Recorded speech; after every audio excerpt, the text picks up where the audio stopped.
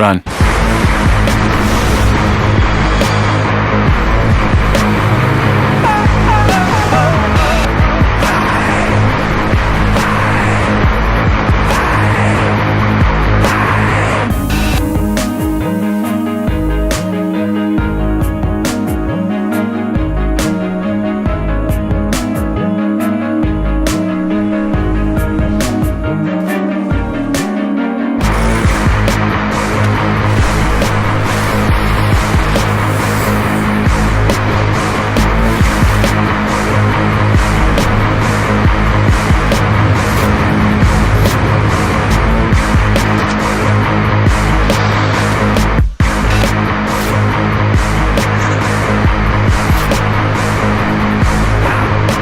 It worked out pretty well, but I remember one of the kids saying, "Hey, O'Neill, you're going to sell the Five Guys on the beach, and then you're going to be out of business."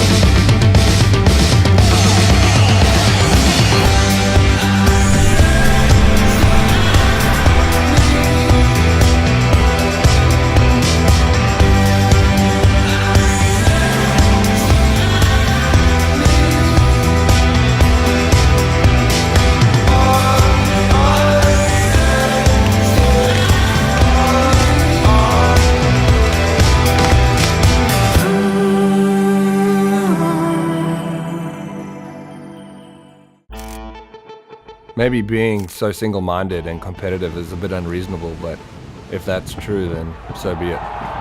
Surfing has become a serious sport. You really can't afford to slip up. You need to make sure you're eating right, you're training hard. Surfers will become stronger athletes and train as hard, if not harder, than any other athletes in the world. That'll lead us to see bigger airs, more powerful turns, and aerials that we only ever dreamed of. The competitions in the future will look a little bit different as well. It's come from 4 waves to 3 waves, now it's 2 waves. Who's to say it won't go to 1 wave? Your very best ride that'll eliminate everyone maintaining, getting the score, push them to throw everything out on the table and go for it. In the sport of surfing, it's growing so fast that you can never count any country out. We could see a guy from Russia, or we could see people from China, we could see anybody. All depends on how far that person wants to take it. I don't think it matters where you're from. My father, being a surfboard shaper and myself growing up in the shaping bay, I honestly couldn't tell you where surfboard design's going to go. Everyone thought that twin fins was it until Simon Anderson brought out the thruster. Guys are riding bigger waves than ever. Guys are landing 540s with no straps on. I guarantee you 10 years ago they would have told you that is absolutely impossible. Wave pools, they're a definite thing, for the future. It's just about whether they can get the consistency right, whether that be the wave. In the near future, we'll see an incredible wave pool that'll offer a lot of differences. Where will it go? I think that anything will be possible. No matter what the future brings, I'm going to be putting my best foot forward so that I can inspire others. Want other kids to froth out and go surf.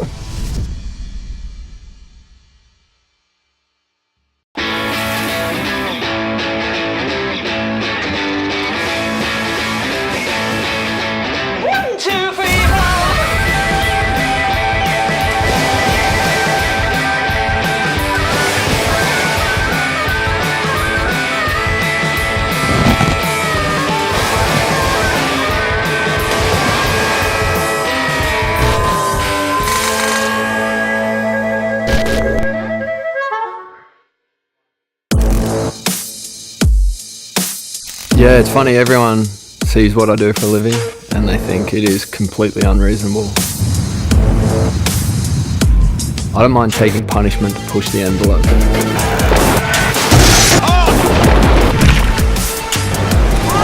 I think cold water places are going to be the next big spot. No one's really cared to venture because they're too cold to surf. They're going to be the ones because there's superstorms going through there, and I think that's going to be where the biggest waves are ridden.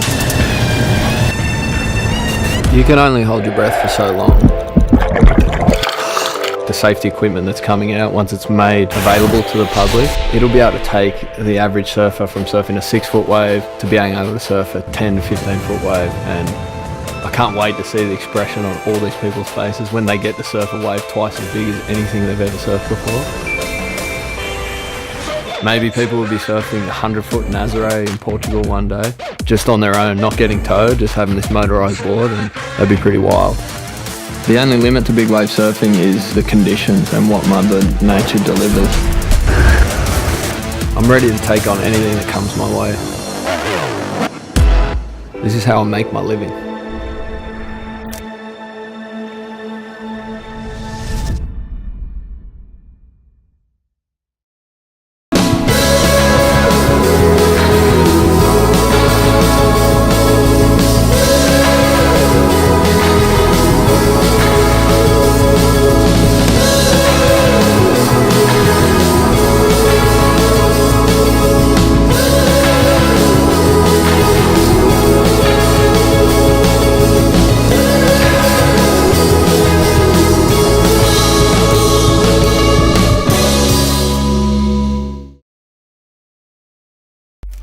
Is it unreasonable to focus so much on exploration and living off the grid? I was up in Vancouver Island. I was sitting next to the fire getting warm, and next thing you know, this big front came through. It blew away our tarp, and I knew that we were stranded. So I looked in my bag. All my clothes were wet. I was walking around butt naked, and then my friend came from another island and rescued us. I'm attracted to dangerous and radical places. I just love to see the wilderness and just want to be around nature.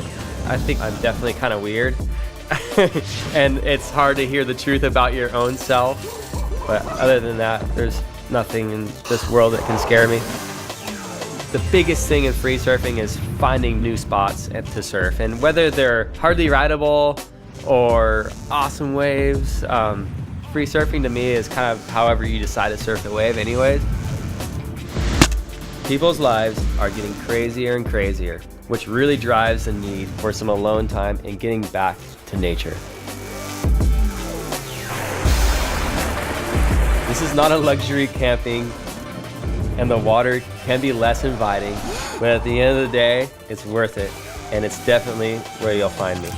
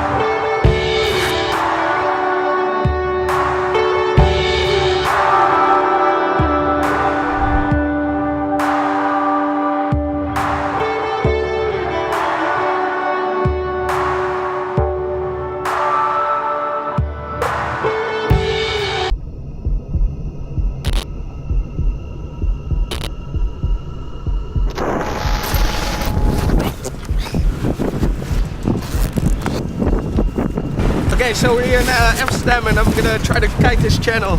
I'm pretty sure it's never been done before, and hopefully I can stay out of the hands of the police and make it all the way down to Central Station. Let's go!